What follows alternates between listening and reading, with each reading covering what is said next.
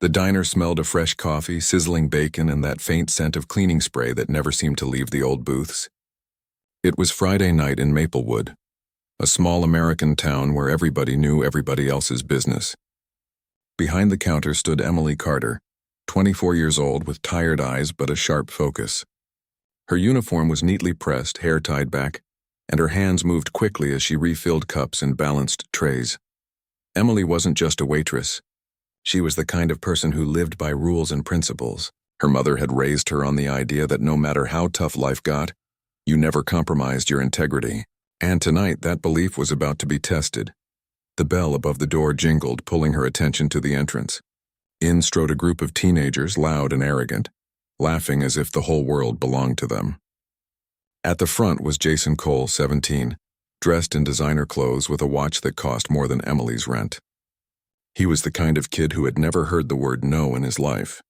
Behind him trailed three of his friends, equally smug, holding their phones ready to record anything they thought might go viral. They slid into a booth near the window. Emily walked over with her usual polite smile. "Evening, guys. What can I get you tonight?" Jason leaned back, stretched his arms across the booth, and said loudly, "4 beers. Make them cold." Emily froze. Her heart skipped a beat. She looked at Jason's smooth, boyish face and knew instantly he wasn't old enough. "Sorry," she replied firmly. "I can't serve alcohol to minors." "What else would you like?" Jason smirked. "Come on, don't be so uptight. You know who I am, right? My dad practically owns half this town." His friends laughed, egging him on. "I don't care who you are," Emily said, voice steady but calm. "It's against the law. I could lose my job, and more importantly, it's wrong." One of Jason's friends pulled out his phone and started recording. "Guys, watch this. Emily the waitress is about to ruin her night." Jason leaned forward, lowering his voice but sharpening his tone. "Listen, sweetheart, just bring the beers. Nobody's gonna know." Emily shook her head. "No." The booth went silent for a second, then erupted in mocking laughter. Jason slammed his hand on the table.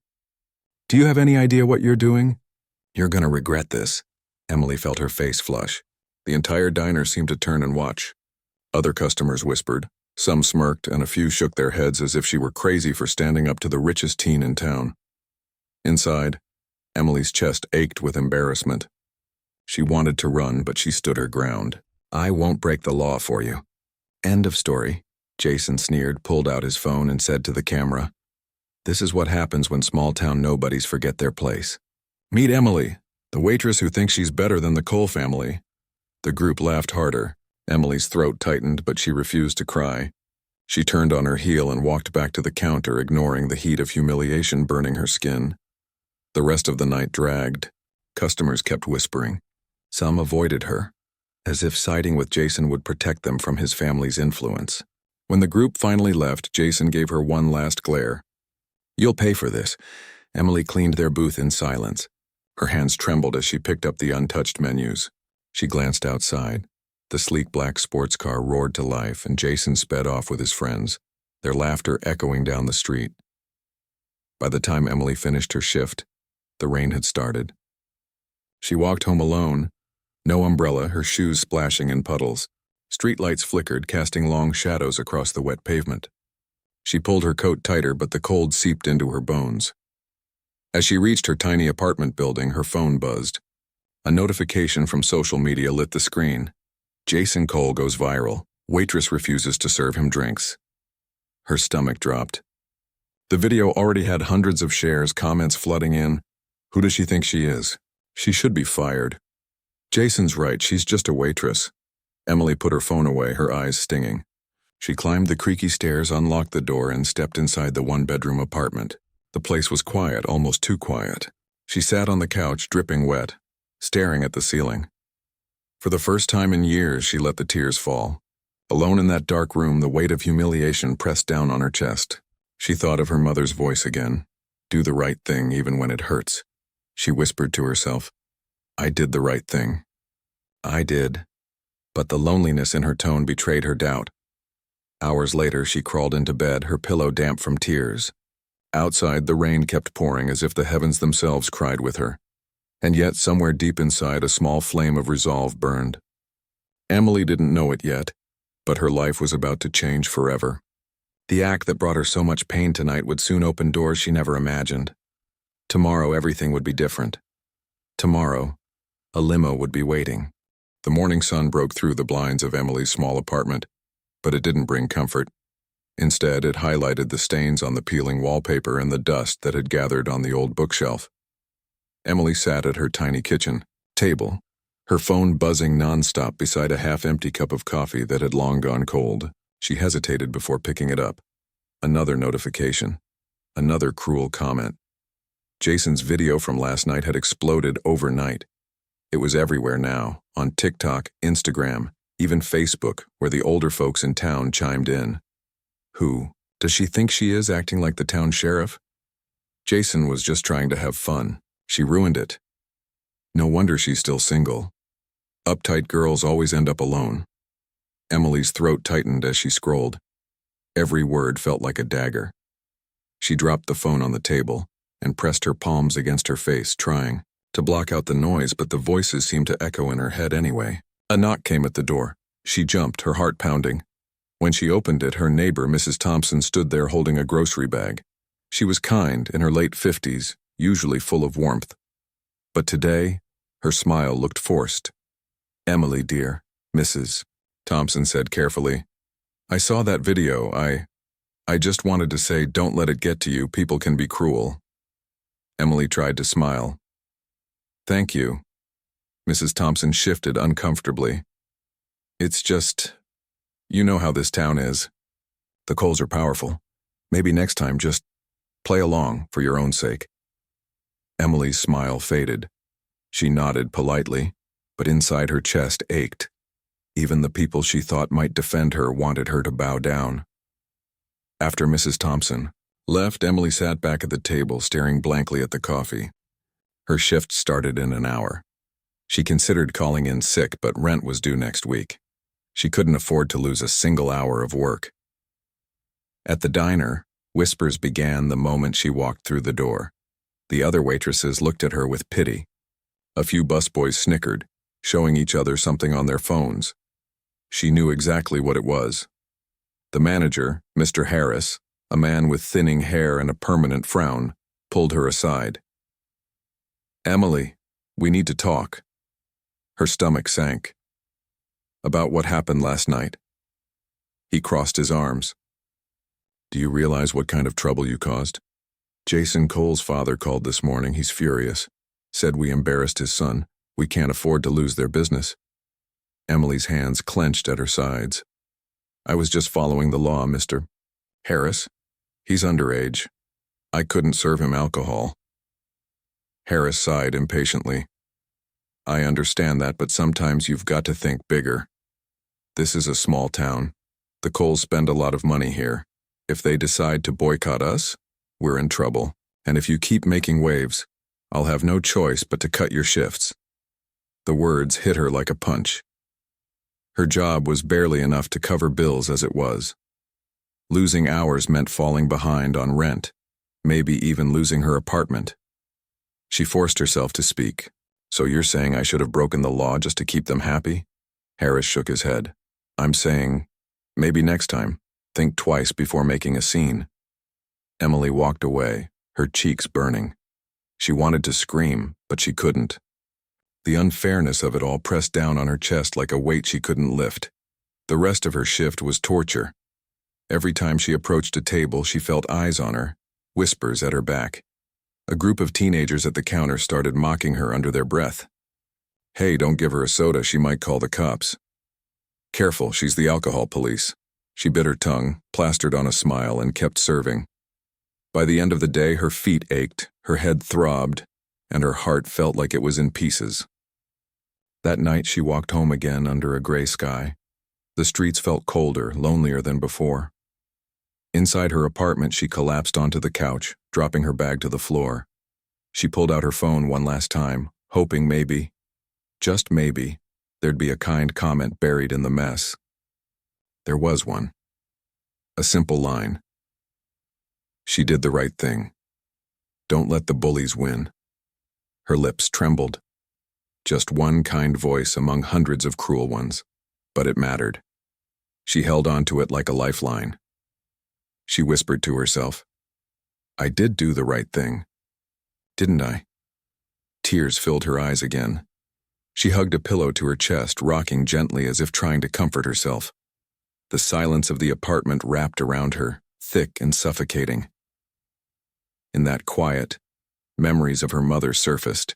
Her mother's laugh, her gentle hands braiding Emily's hair, her voice reminding her to always choose integrity over convenience. Her mother had passed 3 years ago, leaving Emily with nothing but debts and memories. Yet tonight, Emily swore she could almost hear her voice whispering through the stillness. Stay strong. But strength felt impossible. Emily curled up on the couch, sobbing until her body shook. The world outside seemed determined to break her, and she had no one to lean on. No one, except maybe Daniel, the boy next door, who sometimes smiled at her in the hallway. But she couldn't bring herself to knock on his door.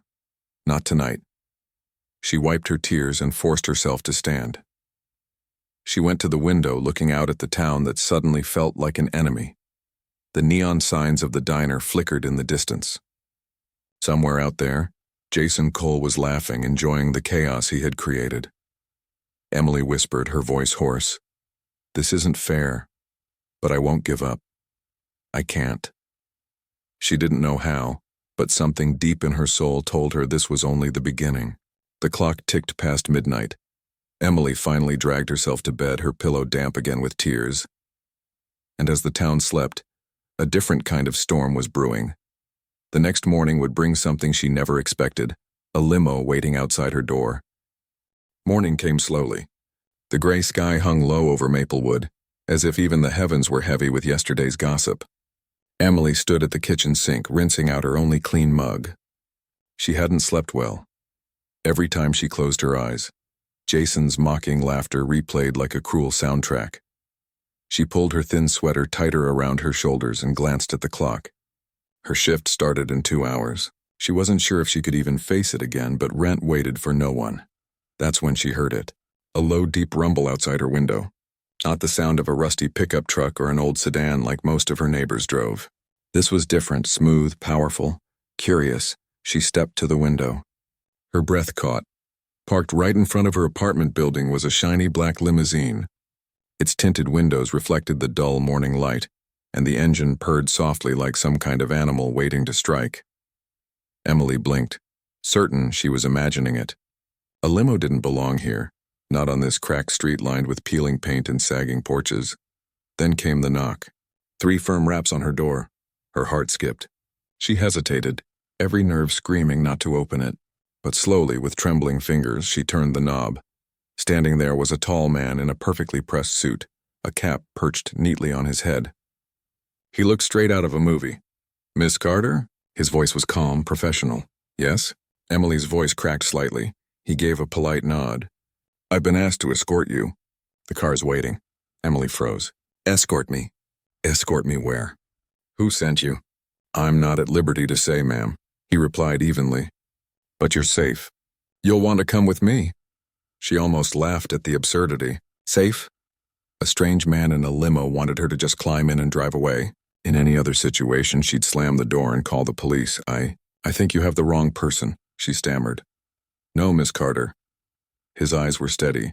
We were sent specifically for you. Yesterday evening, you showed a kind of courage that didn't go unnoticed. Her stomach flipped. Who could possibly care about what she did last night? To the world, she was just a waitress who made a fool of herself against a spoiled teenager. Still, curiosity clawed at her chest. She crossed her arms. Look, I don't know who you're working for, but I'm not going anywhere without answers. The man studied her for a moment. Then with a faint smile, he said, All I can tell you is this. The person waiting for you believes you did the right thing, and he wants to thank you personally. Emily swallowed hard. Her mind spun through possibilities. Was this some kind of prank? Another setup by Jason? But the driver's eyes were sincere, his posture too professional.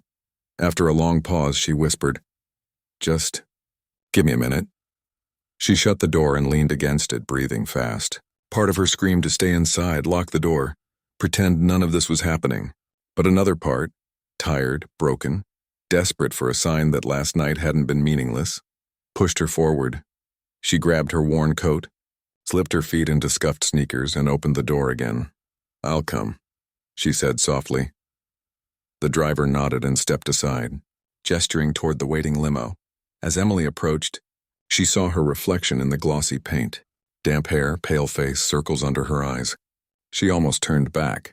She didn't belong near something so luxurious. But the driver opened the door, and before she could second-guess herself, Emily slid inside.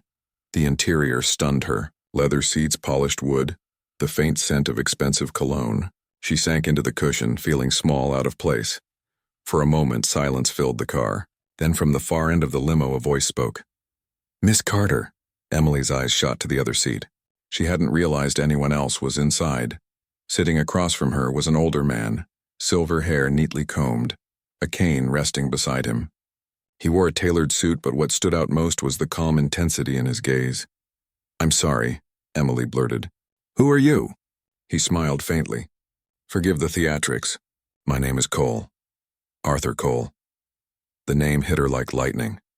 Cole. Jason's last name. Her chest tightened. You're related to Jason." Arthur nodded. "He's my grandson." Emily's stomach twisted. For a second, she wondered if this was a trap, if Jason had sent his grandfather to intimidate her. But Arthur's expression wasn't angry. It was thoughtful, almost kind. "I was in the diner last night," he continued. "I saw everything. The way you stood your ground, the humiliation you endured, and the integrity you refused to compromise. It was remarkable." Emily stared at him, speechless. He leaned forward slightly. "Most people bend under pressure. They cave when power or money looms over them, but not you. You did the right thing, even when it cost you." Her eyes burned. She blinked quickly, unwilling to let him see the tears threatening to fall. Arthur's voice softened. "You see, Miss Carter, my grandson has lived a life of entitlement. No one tells him no. Not his parents. Not his teachers. And certainly not the people in this town who depend on our family's money. But you told him no, and that matters." Emily's voice trembled as she asked, "Why? Why does it matter to you?" Arthur's gaze grew sharp. "Because Jason is on a path that will destroy him. And maybe, just maybe, someone like you can help me change that." Emily's breath caught. She couldn't believe what she was hearing. She was just a waitress, barely holding her own life together. How could she possibly fix someone else's? "I think you have the wrong person," she whispered. Arthur shook his head. "I don't think so. I think you're exactly the person I've been looking for." The limo grew quiet again, the hum of the engine the only sound. Emily sat frozen, unsure whether to feel honored, terrified, or both. For the first time in days, though, she felt something new. Hope.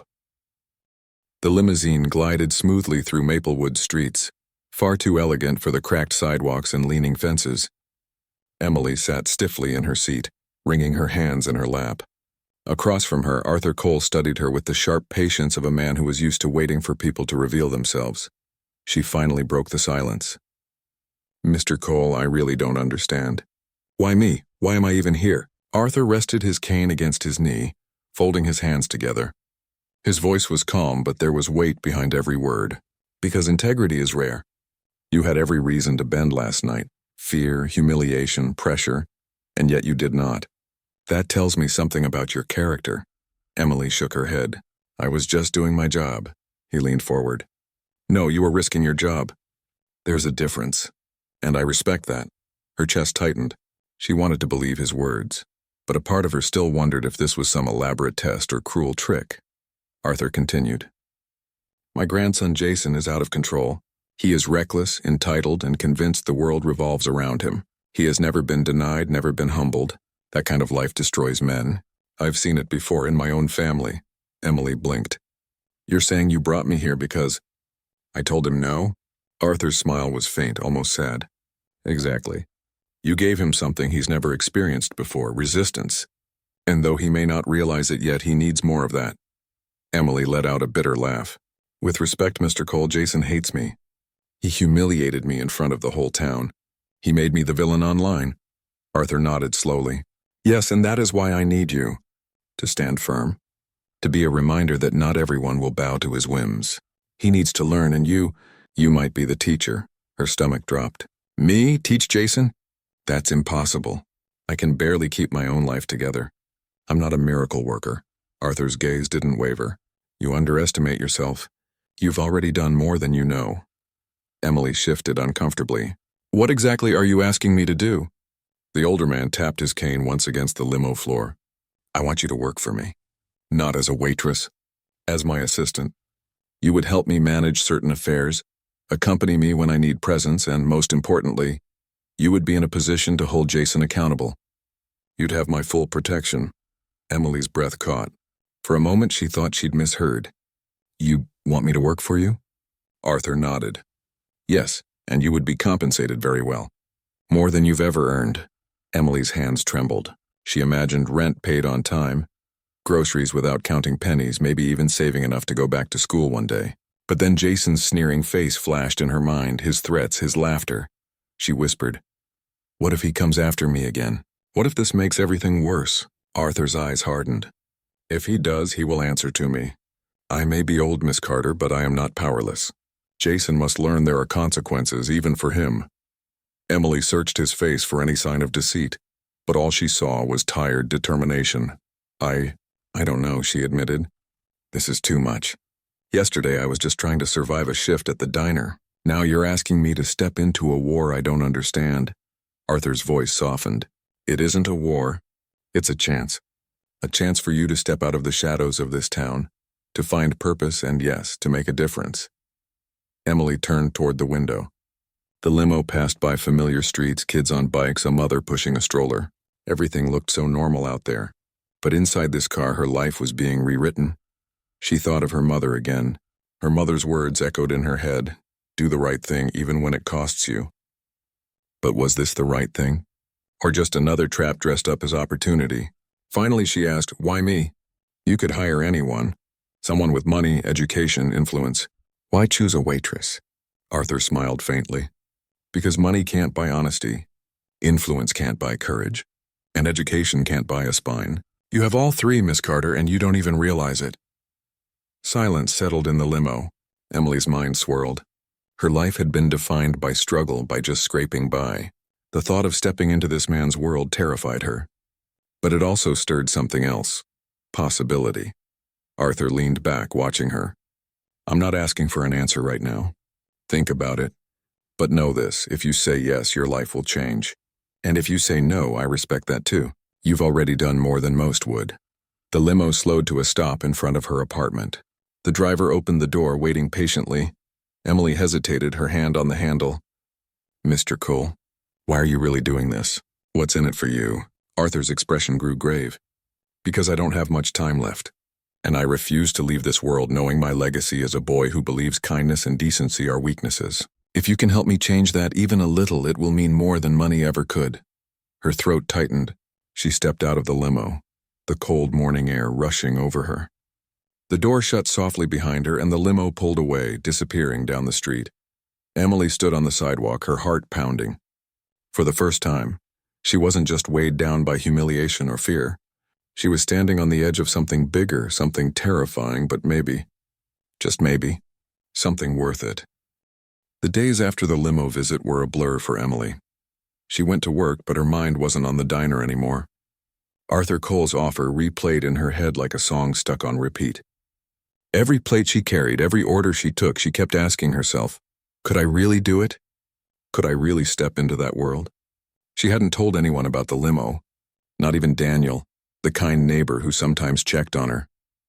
It felt too surreal, too fragile, like saying it out loud would break the spell. But if Emily thought the storm was calming, she was wrong. Jason Cole wasn't finished with her. It started with whispers. Customers at the diner looking at their phones, then glancing at her with pity or disdain. By the second day, the whispers turned into stares. On the third day, she found out why. One of the waitresses, a timid girl named Rachel, approached her nervously. Emily, I think you should see this. She slid her phone across the counter. Emily's stomach sank as she read the headline on a local gossip page. Waitress caught trying to seduce billionaire grandfather for money. The article was filled with lies, grainy photos of her entering the limo, twisted words painting her as a gold digger, a schemer who targeted the Cole family for wealth. And at the center of it all was Jason's smug grin in a video clip. She's not who you think she is, Jason declared to the camera. She's just using my grandfather to climb out of her sad little life. Pathetic. Emily's hands shook so hard she almost dropped the phone. Heat flushed her cheeks and her throat closed. She wanted to scream, to run, to vanish. Rachel whispered, "I don't believe it, Emily, but some people do." And they did. By that evening, 2 regular customers refused to sit in her section. Another left without tipping, muttering, "Gold diggers always find a way." When her shift ended, Emily walked home in silence, her chest heavy. Outside her apartment, Daniel was waiting by the steps. His face lit up when he saw her, but then he noticed her expression. "What happened?" he asked gently. She bit her lip. "Nothing, just a bad day." "Emily," he pressed, his eyes full of concern. "I saw the posts. Everyone's talking about it. But I don't believe them. I know you, that nearly broke her." She swallowed hard, fighting tears. "Thank you. But it doesn't matter. The whole town thinks I'm some kind of con artist now." Daniel shook his head firmly. "The truth matters. And the truth is, you're one of the most decent people I've ever met." His words were a lifeline, but they couldn't erase the sting of betrayal. She whispered, "Jason did this. He set me up." Daniel's jaw tightened. "Then he'll get what's coming." But Emily wasn't so sure. Jason had power, money, influence. She had nothing but her dignity, and even that felt like it was slipping.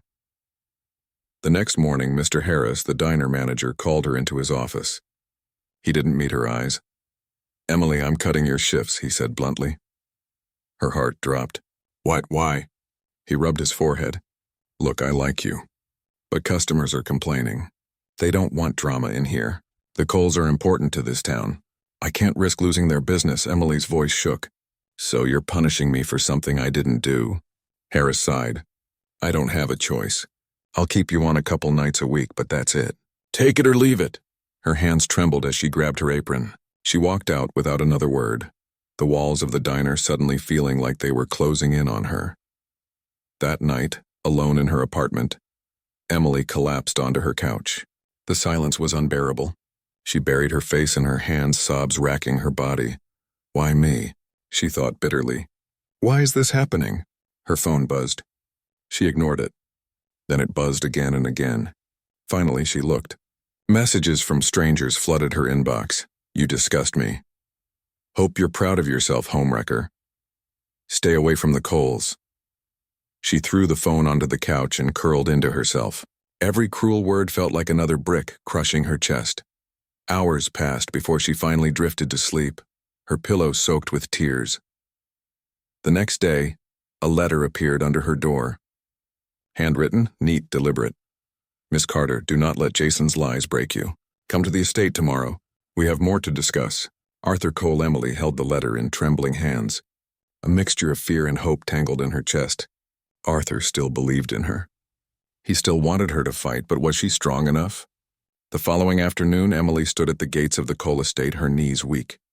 The mansion loomed ahead, its grand windows glinting in the sun. She felt like an imposter, like she had stepped into a world where she didn't belong. Arthur greeted her in his study, a room lined with books and old photographs. He looked tired but determined. "Jason has gone too far," Arthur said, his voice low. "He thinks this is a game, but I assure you it isn't.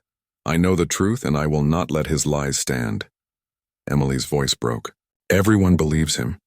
I've lost everything, my job, my reputation. I can't do this." Arthur's gaze softened. "That is exactly why you must. Jason wants to see you crushed. Don't give him that satisfaction. Stand tall, Miss Carter, for yourself. And for him, because if no one stops him, he will destroy himself." Emily's eyes brimmed with tears. She whispered, "I don't know if I'm strong enough." Arthur reached across the desk, resting his hand over hers. "Strength isn't never falling, my dear. It's standing back up when the world knocks you down." That night, walking back to her apartment under a sky full of stars, Emily felt a strange mix of despair and determination. Jason had betrayed her, poisoned the town against her, and stripped her of nearly everything. But he hadn't taken her will. Not yet, and she promised herself he never would. The next morning, Emily stood at her bathroom mirror, brushing her hair with trembling hands. Her reflection looked foreign, eyes swollen from crying, skin pale from sleepless nights. Yet somewhere in those tired eyes burned a spark, faint but undeniable. Arthur Cole's words echoed. Strength isn't never falling. It's standing back up. She tied her hair back, slipped into her plainest blouse, and told herself, today, I'll stand back up. At the Cole estate, the butler greeted her at the massive oak doors and led her into the study. The room smelled of leather and old books, sunlight streaming through tall windows. Arthur sat behind his desk, his cane propped beside him. Miss Carter, he said warmly, I wasn't sure you'd come. Emily swallowed hard. I almost didn't. But you did, he replied. That's what matters. She sat across from him, her fingers knotting in her lap. Why keep helping me? Jason's ruined my name. The whole town thinks I'm disgusting. Why not just cut me loose? Arthur's gaze sharpened. Because Jason is my blood. And because truth matters more than gossip. He leaned forward, his voice low but steady. I brought you here because I want you to know the whole picture. The world sees me as a billionaire, a man who has everything. But what they don't see is the legacy I fear leaving behind. A grandson who will destroy everything I've built. Emily's chest tightened. You mean Jason? Arthur nodded. His father, my son, was the same, spoiled, entitled. It ruined him. He wasted his life chasing pleasures, ignoring responsibilities. Jason is walking that very path. And if I die tomorrow, he inherits it all. The money, the business, the influence. That terrifies me, Emily whispered. So, you want me to stop him? Arthur's lips curved in a faint smile. I want you to be a part of saving him. You are the first person in his life who's ever drawn a line, and he needs more of that. Emily shook her head, overwhelmed. I don't understand. I'm just a waitress. I don't know anything about your world. Arthur studied her for a long moment. Then he said, That's exactly why you're the right person. You're not blinded by wealth. You're not afraid to say no. Her voice trembled. And what happens if I say yes? What would you want from me? Arthur tapped his cane lightly against the floor. I want you to work by my side, to see the truth behind this family, to help me challenge Jason, force him to face the consequences of his actions. Emily's breath caught. And if I refuse? Then you return to your diner, your small apartment, and your quiet life, Arthur said gently. But Jason wins. He learns nothing. And this town loses the one person who had the courage to stand against him. The words cut deep. Emily thought of her apartment, the whispers at the diner, the mocking comments online. Could she really walk back into that life, knowing she might have been able to make a difference? As if sensing her turmoil, Arthur stood slowly, leaning on his cane. He walked to a cabinet and pulled out a folder. He laid it on the desk in front of her. Emily hesitated, then opened it. Her eyes widened. Inside were photos. Jason at parties, drunk, reckless, surrounded by bottles and strangers. Reports of vandalism, fights, even police records quietly swept under the rug. Her hands trembled as she flipped through the pages. This is awful. Arthur's voice was grim. This is who he is becoming. The town sees a charming young man, but behind closed doors he is unraveling. If something doesn't change, his path will end in tragedy, or scandal that destroys us all. Emily's stomach churned. She thought of Jason's smirk at the diner, his cruel laughter, the lies he spread, and yet seeing the evidence, she felt something unexpected, pity. He's just a kid, she whispered. Arthur nodded. Yes, a kid who has been handed everything and taught nothing. But you, Miss Carter, you could be the first lesson he can't ignore. She shut the folder, her mind spinning. What if I fail? Arthur's eyes softened. Failure isn't trying and losing, Emily. Failure is never trying at all. The conversation weighed on her all afternoon. When she left the estate, she didn't go straight home. Instead, she wandered the town, watching familiar places with new eyes. The diner where she had been mocked. The grocery store where people whispered. The park bench where she used to sit with her mother. Was she really meant for something bigger? Or was Arthur just desperate, grasping at anyone who stood up to his grandson? Her phone buzzed. A text from an unknown number.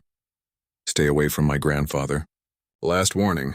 Her hands went cold. Jason. She almost dropped the phone. Fear crawled up her spine, but beneath it anger burned hotter. She typed back before she could second-guess herself. I'm not afraid of you. She hit send, her heart hammering. For the first time, she realized the truth. Jason wanted her gone because she was a threat. And maybe that meant Arthur was right. That evening, Daniel knocked on her door. His kind eyes searched her face. You've been quiet. What's going on? Emily hesitated. Part of her wanted to protect him from all this madness, but another part longed to share the weight she carried. Something big, she admitted softly. Something that could change everything. But it's dangerous, Daniel frowned. Dangerous how? She shook her head. I can't explain. Not yet, just promise me you'll believe in me. Without hesitation, Daniel said. Always. Her chest ached with gratitude. In this whole mess, he was the only constant. Later that night, lying awake in her bed, Emily stared at the ceiling. Her phone rested on the nightstand, Arthur's letter beside it. Jason's threat still burned in her mind, but so did Arthur's words. Failure is never trying at all. She closed her eyes and whispered, I'll try. For the first time in days, she felt a strange peace. She didn't know how she would do it, but she knew one thing for certain. She wasn't going to let Jason win. The truth was out. And now Emily had a role to play in changing everything. The Cole estate glowed with golden light that spilled from its tall windows into the evening sky. It was Friday, and the grand dining room buzzed with the chatter of wealthy relatives, business associates, and neighbors who wanted to stay close to the Cole family. Tonight was no ordinary dinner. It was Jason's celebration, a shallow excuse for another display of wealth and power. Emily had been reluctant to attend, but Arthur insisted. Stand your ground in front of them all, he had told her. If Jason is to learn, it must happen in the open. So there she was, standing at the edge of the room in her plain dress, painfully aware of every whispered comment and curious glance. Crystal chandeliers sparkled above. Waiters carried trays of champagne. And at the head of the table, Jason basked in attention like a king in his throne. When his eyes met hers, his smirk widened. Well, well, Jason called loudly, lifting his glass so everyone turned. If it isn't our town's favorite scandal, the waitress who thinks she's a saint. Laughter rippled across the room. Emily's stomach clenched. Jason stood, straightening his designer jacket. Tell me, Emily, how does it feel pretending you're too good for us while secretly trying to cozy up to my grandfather for a paycheck? Is this your idea of climbing the ladder? Heat rushed to Emily's face. She opened her mouth, but her voice stuck in her throat. Jason stepped closer, circling her like a predator. You see, everyone, this is what happens when nobodies think they're special. She turned me down at the diner, made me look like a fool, and now she parades around here like she belongs in this house. He sneered. She doesn't. Emily's hands shook, but she clenched them into fists. She thought of Arthur's words, of Daniel's quiet support, of her mother's voice reminding her to never compromise. Her chest rose as she forced her voice steady. I didn't humiliate you, Jason. You did that to yourself. You walked into that diner expecting the rules not to apply to you. But the law is the law, and respect, you can't buy that with your father's money. The room went still. A collective gasp hung in the air. Jason's smirk faltered, his face darkening. Careful, sweetheart, you're in my house. Emily lifted her chin. No, Jason. This isn't your house. It's your grandfather's. And maybe if you spent half as much time learning from him as you do insulting people, you wouldn't be so lost. Gasps and murmurs erupted. A few guests looked impressed, others uncomfortable. Jason's jaw tightened, his pride wounded. You think you're brave? He spat. You're pathetic. A broke waitress trying to act like she matters. Emily's voice didn't waver. I matter because I stand for something you've never understood. Decency. Maybe that doesn't mean anything to you, but it means everything to me. Jason's face turned red. Get out. Arthur's cane struck the floor with a sharp crack. The room froze. All eyes turned as the patriarch stood slowly, his gaze burning into his grandson. Enough, Arthur said, his voice firm. Emily stays. Jason's mouth opened, but Arthur raised a hand. Sit down, Jason. You shame yourself more with every word. The humiliation on Jason's face was unmistakable. He shoved his chair back violently, muttered something under his breath, and stormed out of the room. Emily's knees felt weak. She hadn't realized she was shaking until she caught herself on the back of a chair. Whispers filled the room. Some praising her courage, others criticizing, but it didn't matter. She had spoken the truth, and for once, Jason couldn't silence her. Later that night, Emily stepped out onto the mansion's balcony, the cool air washing over her. Her chest still pounded, her palms still tingled from the confrontation. For the first time, she felt like she'd taken back a piece of herself Jason had tried to steal. "Hey," a familiar voice said softly. She turned. Daniel stood there, his hands tucked into his jacket pockets. She hadn't even known he was invited, but Arthur must have arranged it. "You were incredible in there," Daniel said. His eyes were steady, warm. "I've never seen anyone shut Jason down like that." Emily let out a shaky laugh. "I thought my legs were going to give out." Daniel stepped closer. "But you didn't let them. You stood tall. That's what matters." Her eyes brimmed with tears she hadn't realized she was holding back. "Everyone hates me. They think I'm a liar, a gold digger. I feel like I'm drowning." Daniel reached out, gently taking her hands. "Let them talk. You know who you are, and so do I." For a moment the world stilled. The noise of the party faded, the sting of humiliation softened, and all Emily felt was the quiet strength in Daniel's touch. She whispered, "I don't know how much more I can take." "You'll take it," Daniel said firmly, "because you're stronger than you realize. You've already proven that." A tear slipped down her cheek. Daniel brushed it away with his thumb. "You're not alone in this, Emily," he added. "I'm here, always." Her chest ached with gratitude, the weight of the evening easing just slightly. Inside, Arthur watched from the shadows of the balcony doorway. His eyes softened at the sight of Emily drawing strength from Daniel. For the first time in years, he felt a flicker of hope that his grandson's legacy could still be salvaged, not through wealth or power, but through people like Emily, who refused to break. But Arthur also knew Jason wasn't done. Humiliation would only drive him deeper into defiance. And the storm that was coming would test Emily like never before. For now, though, Emily allowed herself one deep breath of relief, leaning into Daniel's presence, unaware that the hardest battles still lay ahead. The dining room was quieter than it had ever been. Jason's dramatic exit left behind a heavy silence like smoke after a fire. Guests exchanged nervous glances, whispers fluttering like moths around the chandeliers. Emily sat frozen, her pulse still racing. Arthur Cole rose from his chair, leaning on his cane for support. His presence commanded attention. He looked around the room, meeting each gaze with the calm authority of a man who had nothing left to prove. "Enough of the charade," Arthur began, his voice steady but sharp. "You've all seen my grandson for what he is tonight. Arrogant, entitled, disrespectful." Gasps rippled across the long table. Some of the guests straightened uncomfortably, others lowered their eyes. Arthur continued, "For years, I have shielded him. I've ignored his reckless behavior, paid off his debts, silenced scandals to protect the Cole name. But no more. Tonight the truth comes out." The air thickened with tension. Emily's throat tightened as she wondered what exactly Arthur was about to reveal. Arthur tapped his cane once on the floor. The butler entered, carrying a tablet. He handed it to Arthur, who turned the screen toward the crowd. "This," Arthur said, "is the footage from the diner last week.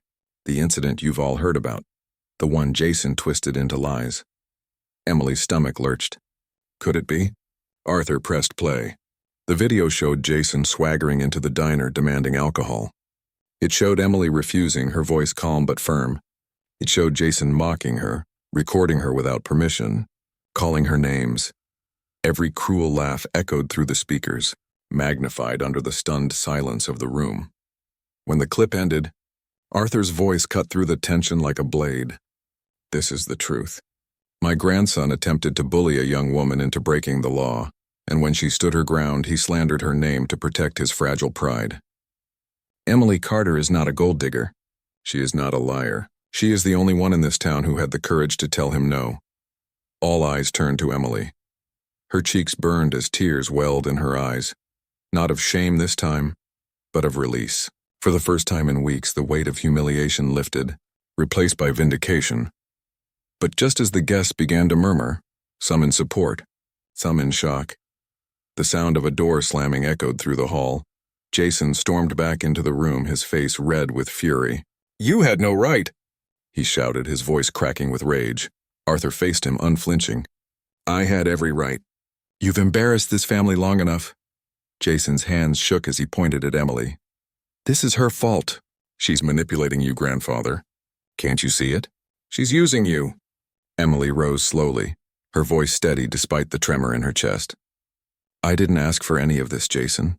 I didn't want your money, your power, or your lies. I just wanted to do my job with dignity." Jason laughed bitterly. "Dignity?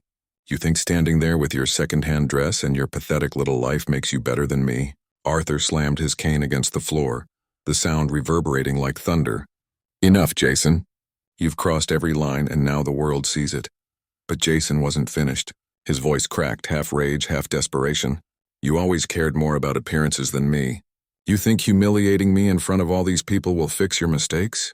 You're wrong." The room held its breath. Arthur's face softened just slightly as he looked at his grandson. "I cared, Jason, more than you ever knew. But caring doesn't mean protecting you from consequences. Tonight you face them." Jason's fists clenched at his sides. His pride, his world, everything he thought untouchable was crumbling in front of him, and he hated Emily for being the spark that lit the fire. "You'll regret this," he hissed at her, his voice low, venomous. "Both of you will." Before anyone could stop him, Jason shoved past the guests and stormed out again, his footsteps echoing like gunshots down the hall. The silence left behind was suffocating. Emily stood frozen, her heart pounding in her ears. She wanted to run, but Arthur's calm voice anchored her. "Let him go," Arthur said, lowering himself back into his chair. "Tonight was necessary for him, and for all of you." His gaze swept across the guests. "If anyone here still believes Emily is to blame, you've just seen the truth with your own eyes." Some of the guests nodded, murmuring apologies to Emily. Others avoided her gaze, ashamed. But it didn't matter. For the first time she felt seen, not as a scandal, but as someone who had done the right thing.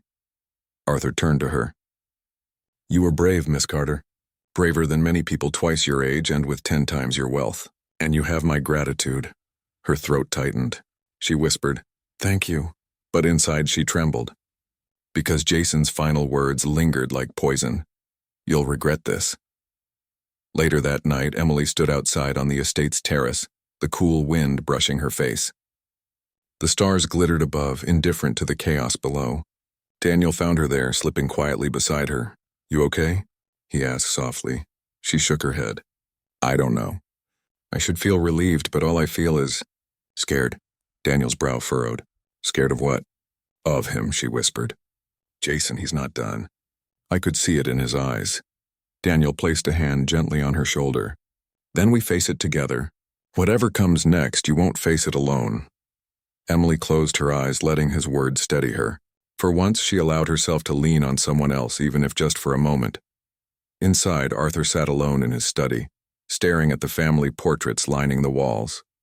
His cane rested against the desk, his hands trembling slightly. He whispered to the empty room, "Please, Jason, let this be the lesson you needed." But deep down, Arthur knew it wasn't over. Jason's rage would not fade quietly. The storm was only beginning, and Emily, the girl who never asked for any of this, was now at the very center of it. The days following Arthur's revelation spread through Maplewood like wildfire. The video from the diner leaked online, and for once the tide of public opinion shifted. People who had mocked Emily now sent her cautious apologies. Strangers whispered words of admiration at the grocery store, but if the town's perception was changing, Jason's fury only grew darker.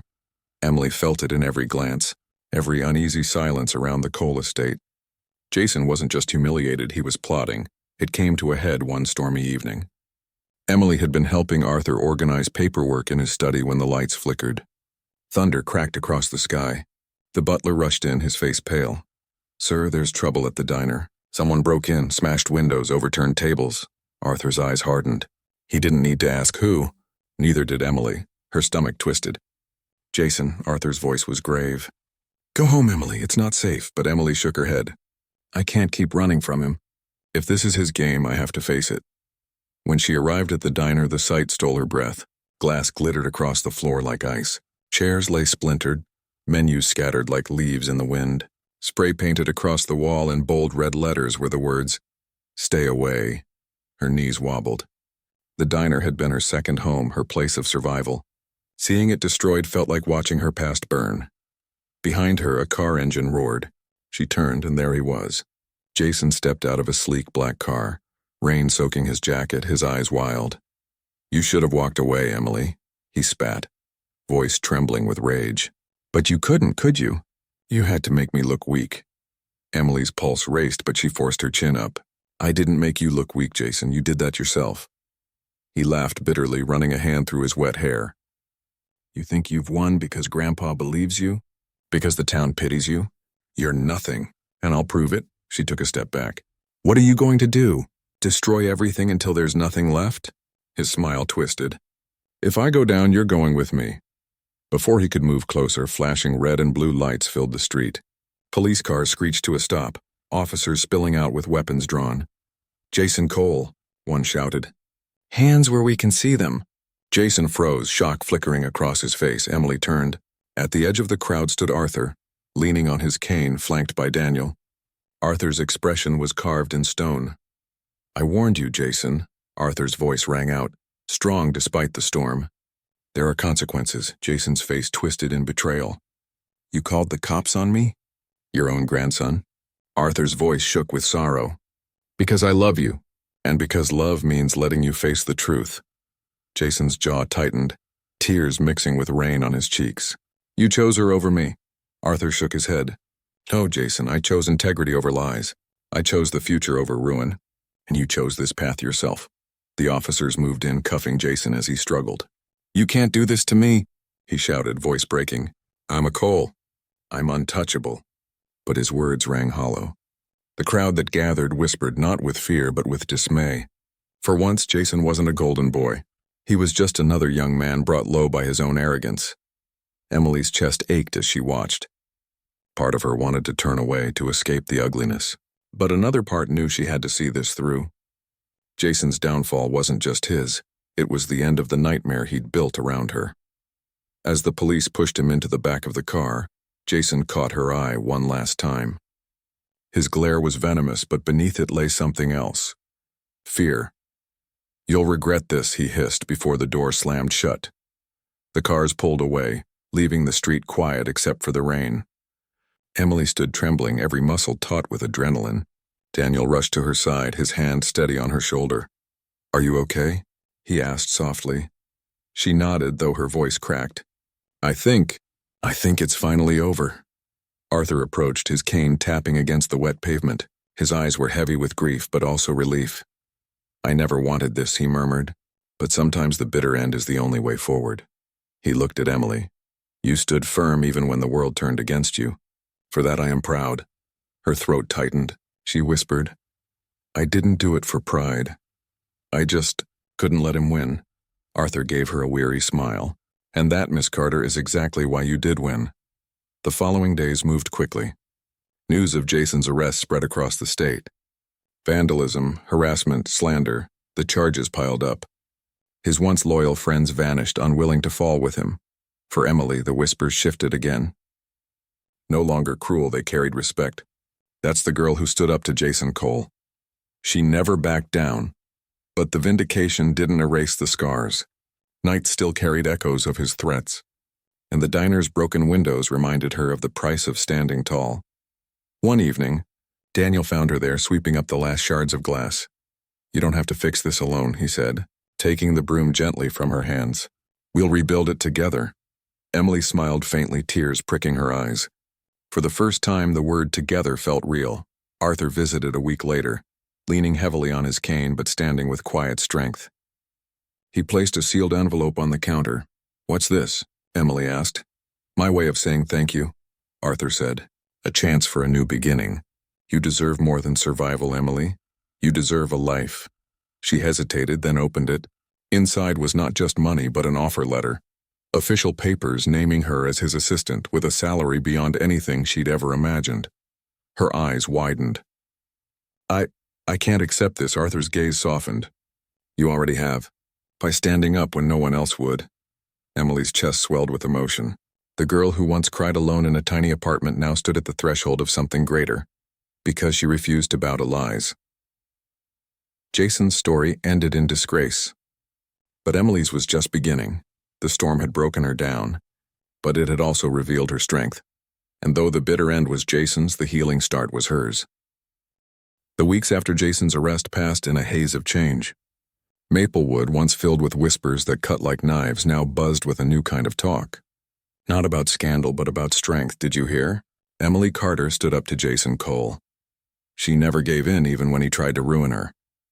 She's proof that good still wins. For Emily, the shift was surreal. Walking down Main Street, she no longer felt the sting of judgmental eyes. Instead, people nodded, some even smiled. The same neighbors who once turned their backs now offered kind words and free cups of coffee. It didn't erase the pain she had endured, but it reminded her that even the smallest voice could echo louder than lies. One crisp morning, Emily returned to the diner. The windows had been replaced, the booths polished, the neon sign buzzing back to life. She stood at the doorway, her hand resting on the frame, breathing in the familiar scent of coffee and pancakes. This place had been the battlefield of her humiliation and the start of her defiance. Rachel, the timid waitress who once showed her Jason's smear video, waved shyly from behind the counter. "It's good to see you back, Emily." Emily smiled. "It's good to be back." Customers greeted her warmly, some apologizing for believing Jason's lies. For the first time in months, the diner didn't feel like a prison of whispers, but a place of belonging. Later that day, Arthur Cole visited. He entered with his usual quiet dignity, leaning on his cane but radiating strength. The diner fell silent for a moment, the presence of the town's patriarch impossible to ignore. He sat across from Emily at a booth by the window. "You look different," Arthur said. Studying her face, Emily laughed softly. "Different how?" "Like someone who's learned her own worth," he replied. She lowered her gaze. "I don't know if I deserve that much credit." Arthur shook his head. "You do. You've faced storms most people wouldn't survive. And you stood taller each time." He slid a folder across the table.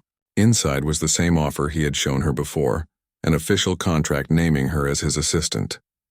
"I'm serious about this, Emily," Arthur said gently. "I need people like you beside me, people who won't flinch when the world pushes." Emily touched the folder, her heart heavy with gratitude. "I'll think about it," she whispered. Arthur smiled knowingly. "Thinking is good. Just don't take too long. Life doesn't wait forever." That evening, Daniel stopped by her apartment. He carried 2 paper bags filled with takeout. "Thought you might need company," he said with a grin. They sat together on the couch, eating noodles straight from the cartons. For a while, they didn't talk, just the sound of rain tapping against the window and the comfort of simple food. Finally, Daniel set his carton aside. His expression softened.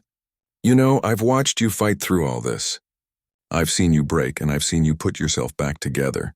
And every time you came back stronger." Emily's eyes shimmered. "I didn't do it alone. You were there, Daniel. You always were." He reached for her hand. "And I always will be." Her chest tightened, warmth spreading through her. For months she had carried the weight alone, afraid to lean on anyone. But now, with Daniel's steady hand in hers, she realized she didn't have to anymore. The next weekend, Arthur hosted a small gathering at the estate. Unlike the grand dinners of the past, this was intimate, just a few trusted friends, staff, and Emily. At the end of the evening, Arthur raised a glass. His voice carried across the room with quiet conviction. "To integrity," he said.